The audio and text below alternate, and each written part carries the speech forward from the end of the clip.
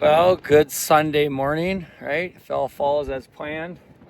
Today we're gonna look at pastures, and both here as well as another one about a mile and a half north of here, and see how they're coming in early spring, and kind of recap specifically behind me about the armyworms. So enjoy. Have a great day.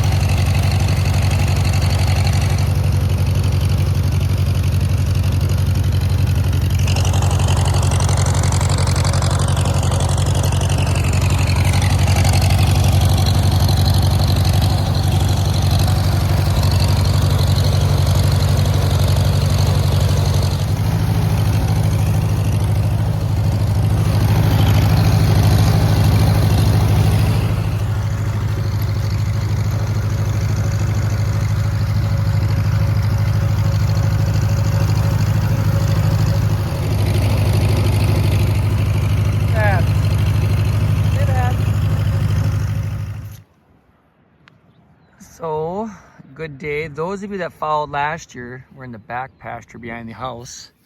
You'll remember that we had armyworms. Look them up. Google armyworms. Decimated our pasture. Really concerned about how they were coming back.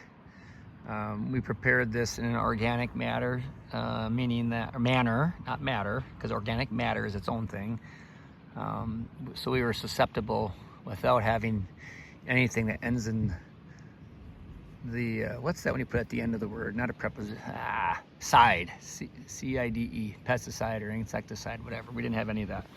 So it's coming back pretty good right now. The armyworms mostly died off by keeping this cut and exposing them to the sun, but then also winter, of course. So hopefully they'll come back.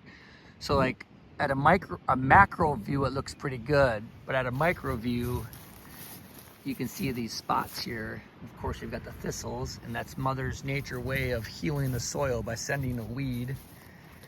And as you take more of that further out view, you can see these spots. What you see here is why Mike didn't move the one fence and kept letting the cows walk a certain way. So I did that, not Mother Nature, not the armyworms. Looking pretty good there, but you can see all these thistles.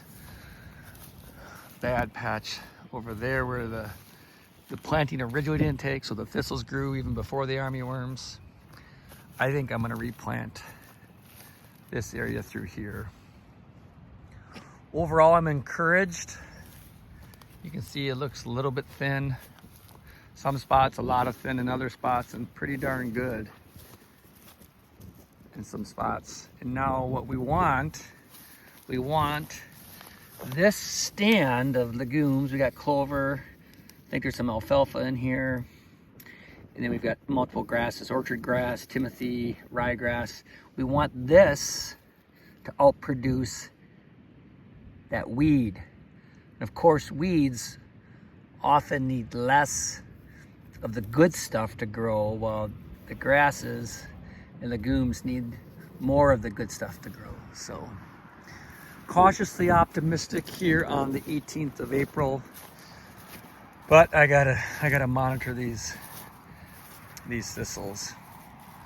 We are about 3 weeks to a month out from grazing, so we'll keep a close eye on them. Really bad spot here. It was bad before the armyworms because it just didn't come up. It wasn't tilled properly. We didn't get it broke up enough, so the weeds all competed the grasses last year. So either I'm gonna come back in here and till in a new, plant it all through here, or we gotta do something. We gotta get some seed down here to help outcompete with the weeds. We're down below the house here. This is one of our small pastures. This is just, we've done nothing. This is from when we bought it. We just have grazed it and baled it. Here's the silvo pasture area we're making. It's been so wet, I haven't been able to do anything, and what I really need to do is probably just broadcast some winter rye on here. That pretty much will grow anything, just to get something that could be grazable as well as compete with all the goldenrod and other weeds and natural species that are going to come up. So again, hopefully we'll be grazing this at some point this year too, and eventually nurse this back to a perennial pasture. So this pasture was planted last year as well. Did not have the armyworms, and you can see is much more robust heading in to the spring. Excited for this one.